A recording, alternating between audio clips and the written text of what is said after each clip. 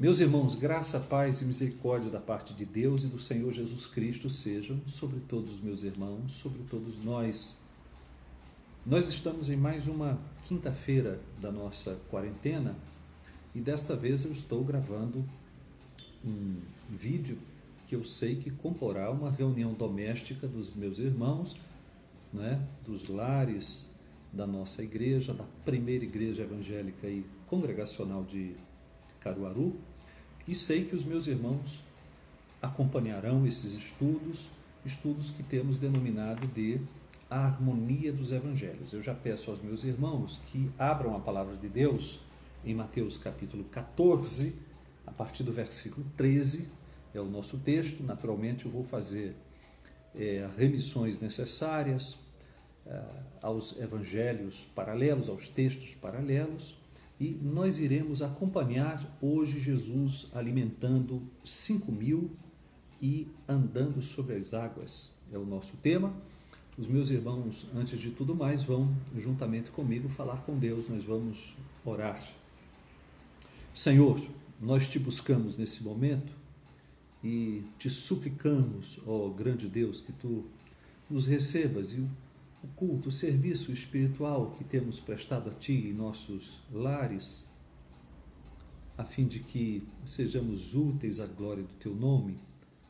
Te pedimos ainda que estas palavras de oração, assim como as orações que serão feitas a Ti após a exposição bíblica, também sejam uma expressão de nossa grande necessidade, e necessidade que está relacionada com a nossa humilhação, com a nossa dependência do Senhor, mas ao mesmo tempo receba as nossas palavras como palavras de gratidão por tantos benefícios que Tu nos tens concedido, por graça somente.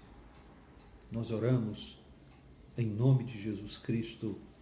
Amém e amém.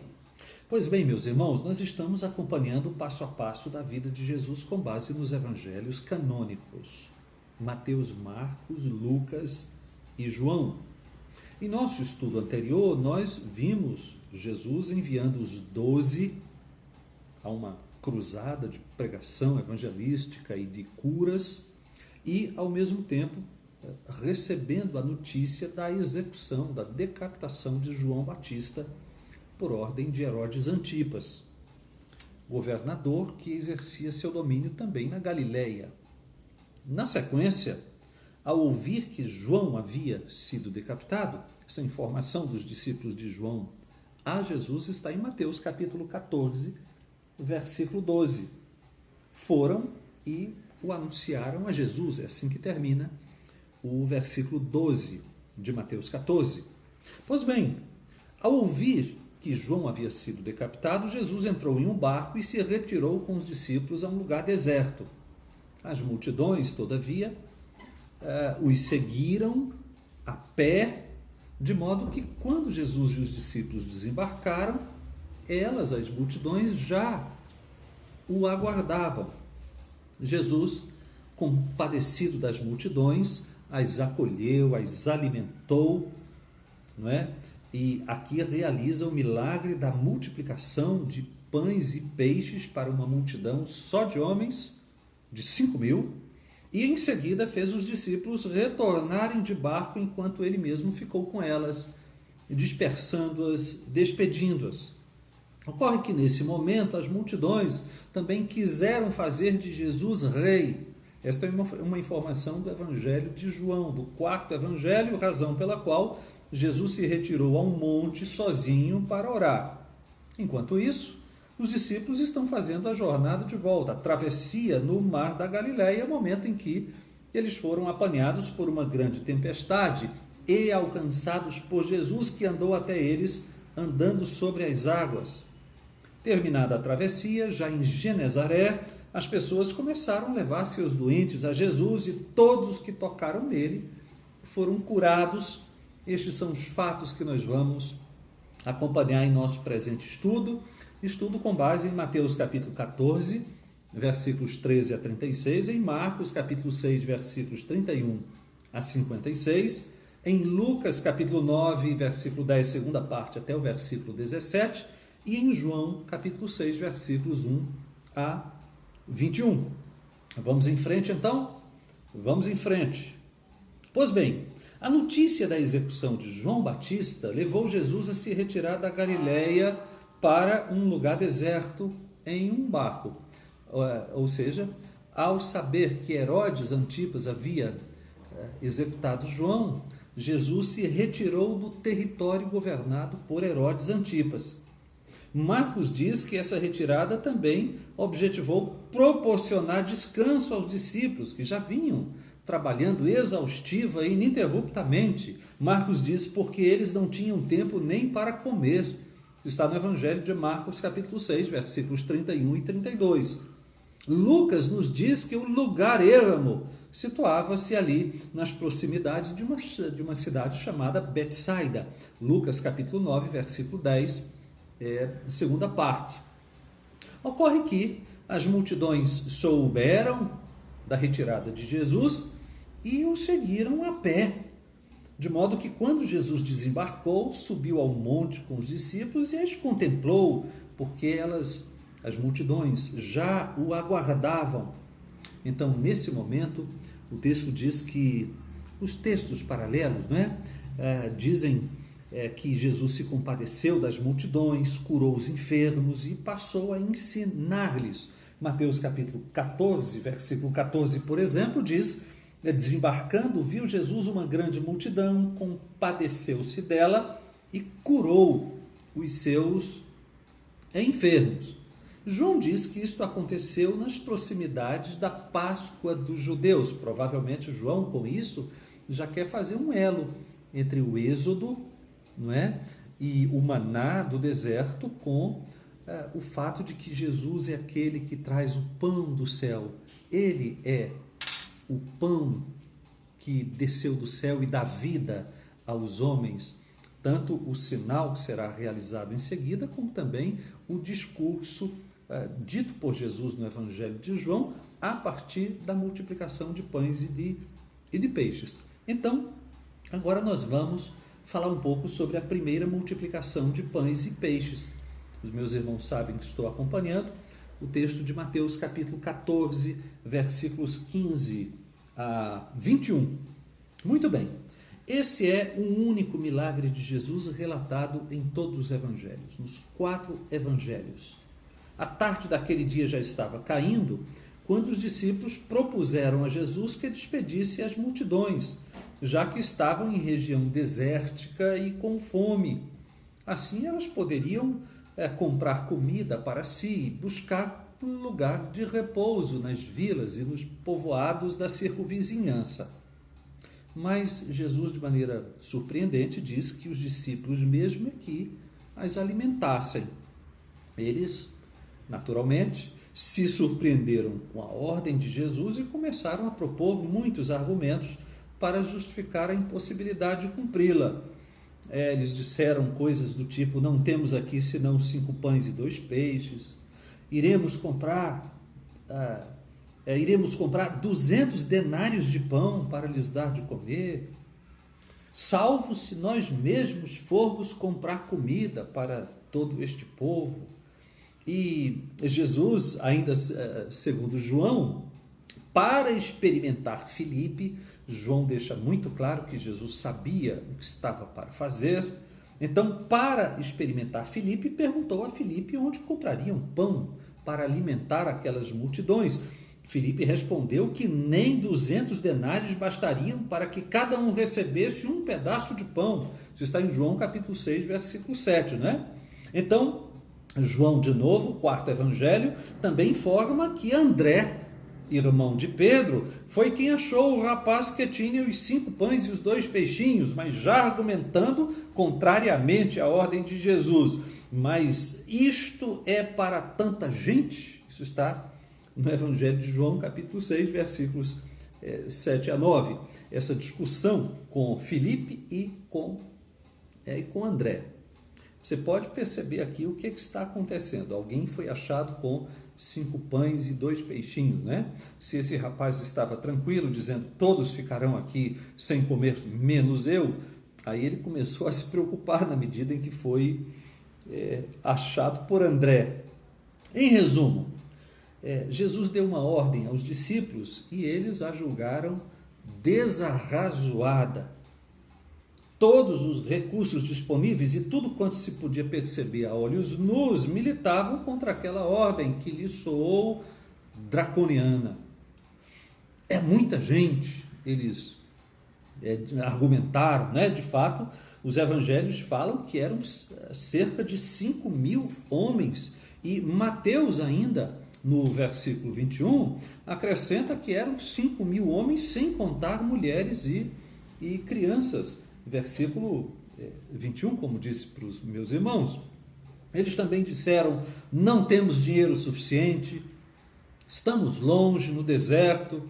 Como é que seria a logística para, caso tivéssemos dinheiro, 12 discípulos comprarem comida para alimentar 5.000 homens, além de mulheres e crianças? Não temos 200 denários, o valor equivalente a um ano inteiro de trabalho de um trabalhador comum dos dias de Jesus. Não temos 200 denários, e ainda se tivéssemos 200 denários, com esse dinheirão, não iríamos comprar nenhum pedaço de pão para cada pessoa.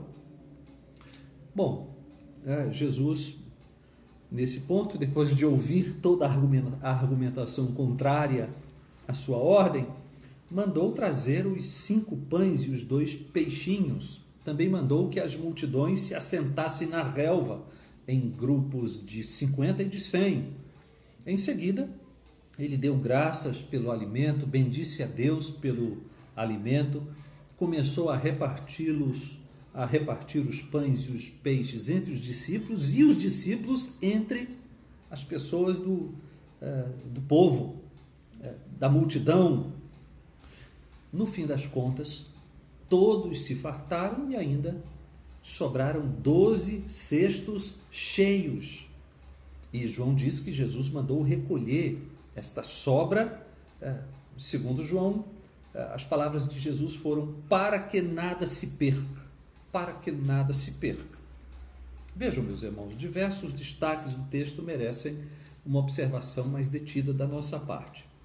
Em primeiro lugar, chama a atenção os termos, chamam a nossa atenção os termos tomar, dar graças ou abençoar, partir, dar. Esses termos fazem um paralelo impressionante com a instituição da Santa Ceia, da Ceia do Senhor. E é mesmo possível que já aqui Jesus tenha antecipado a lição de que a vida dos seus discípulos emana da autodoação dele, em favor deles, dos discípulos e no lugar dos discípulos. Em segundo lugar, a palavra usada para assentar é um termo formal para como alguém deveria se sentar em um banquete, a razão pela qual é possível que a cena inteira seja uma intencional antecipação do banquete messiânico.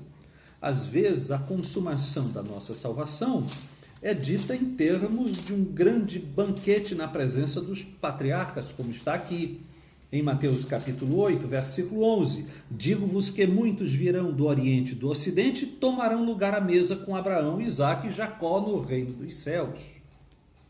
Em terceiro lugar, Jesus chamou os discípulos à ação e utilizou os recursos que eles dispunham. Então, o que vocês têm? 5 pães e 2 peixes? Pois bem, é isto que será usado pelo meu poder. E após o uso dos recursos dos discípulos, os discípulos recolheram muito mais do que aquilo que a princípio disponibilizaram. Em quarto lugar, os discípulos também aprenderam que, embora os próprios recursos sejam usados por Jesus, na verdade é o poder de Jesus que acompanha a sua tarefa, sem o qual eles não poderiam fazer nada além de dispersar aquelas multidões famintas. Enfim, meus irmãos, Jesus tomou a iniciativa e demonstrou que os discípulos mesmo é que alimentariam aquela grande multidão. Jesus demonstrou que faria isso a partir dos pobres recursos dos próprios discípulos, mas que, no fim das contas, eles só poderiam fazê-lo a partir do poder de Jesus, da manifestação do poder de Jesus. O que seria das multidões se o que pudessem vir a ter emanasse somente das possibilidades dos pobres discípulos? Sim, os discípulos alimentaram as multidões de verdade, mas sempre pelo poder todo suficiente de Jesus Cristo. Muito bem, Mateus e Marcos dizem que após a primeira multiplicação de pães e peixes, Jesus apressou os discípulos a entrarem no barco e retornarem à margem do mar da Galileia, que fica a oeste. Enquanto isso, ele ficou despedindo as multidões, dispersando as multidões. A razão provável dessa atitude de Jesus é explicada pelo Evangelho de João. João, o quarto Evangelho, nos diz que as multidões queriam fazer de Jesus um rei político a partir de uma compreensão equivocada da natureza messiânica do Senhor. A alusão a Jesus como o profeta que devia vir, que está em João capítulo 6, versículo 14, remonta à promessa de Moisés, que está em Deuteronômio 18, versículo 15, a respeito do profeta que todos deveriam ouvir. Então, sabendo Jesus que o intuito das multidões era políticos, o intuito era político, Jesus fez os discípulos regressarem sem ele apressadamente e se retirou das multidões para um monte e ali orou sozinho. E esta é a segunda grande cena dos fatos que nós estamos acompanhando de Jesus hoje.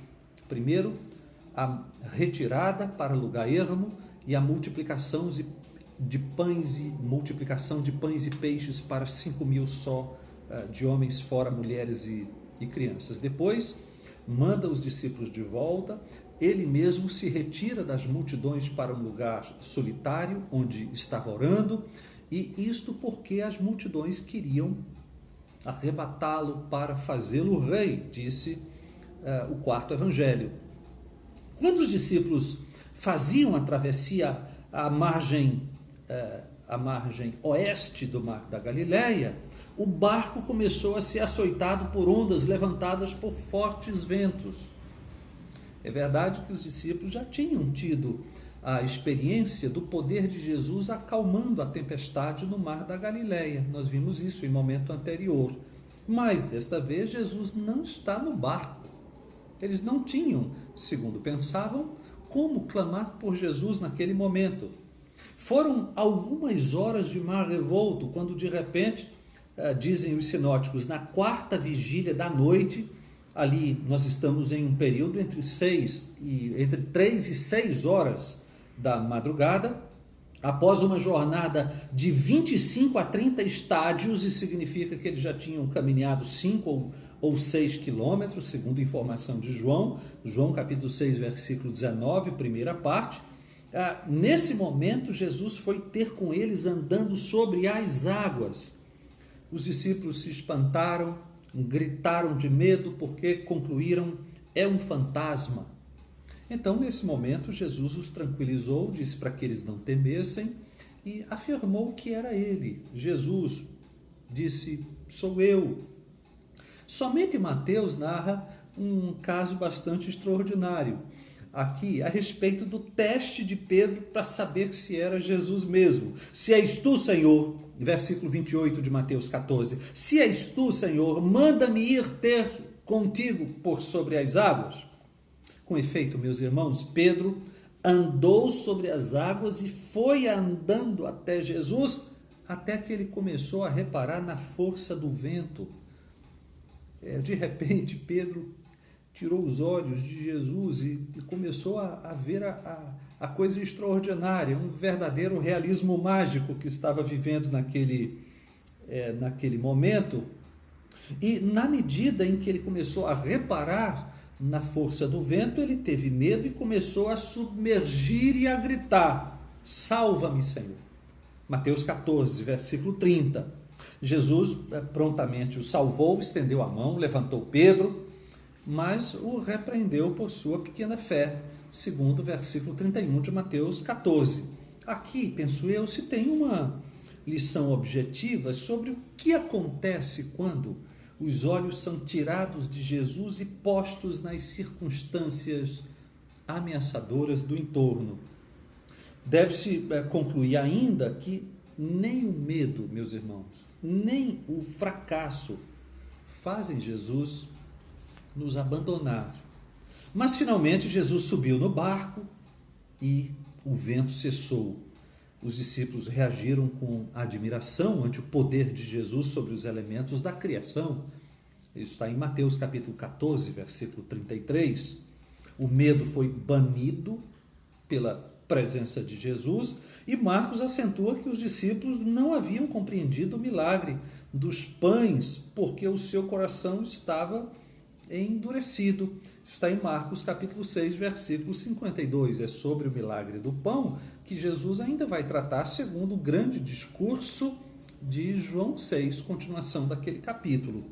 A frase "e logo o barco chegou ao seu destino" parece indicar que os discípulos estavam mais próximos da margem onde pretendiam chegar do que eles mesmos imaginavam durante a confusão mental.